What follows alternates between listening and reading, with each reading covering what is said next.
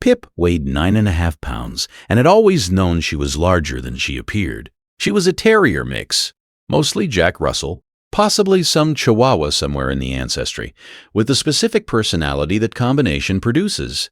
Certain of herself, fast-thinking, easily bored, and intensely loyal to a radius of approximately 6 feet around whichever person she had chosen as her person. For 3 years, that person had been Cassandra Villanueva.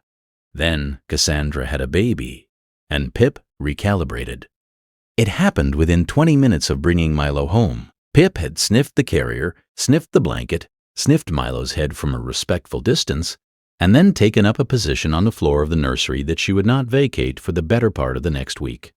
Not the whole floor, a specific position between the crib and the door, facing the door.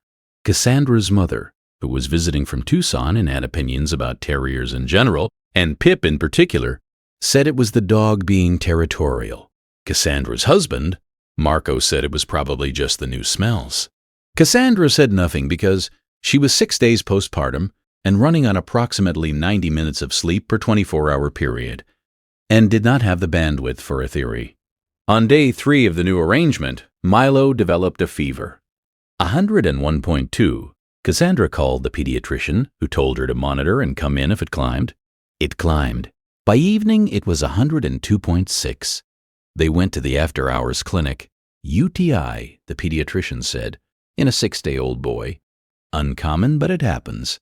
Intravenous antibiotics for 2 days. He looked at Cassandra over his clipboard and said, "He's going to be fine. You caught it early. If you stay for stories about what animals sense before we do, you're in the right place. Subscribe so you don't miss the next one." Cassandra came home without Milo, who would spend 2 nights in the children's ward. Pip climbed into her lap, all 9.5 pounds of her, and stayed there. What nobody thought to connect at the time, and what Cassandra would only articulate later when she was telling the story to her sister, was the timing. Pip had changed her behavior on day 1 when Milo arrived. The fever had not been visible until day 3. The UTI had presumably been present from close to the beginning, developing in the way such infections develop in newborns, silently, with no external marker, no obvious distress signal, nothing a human would see.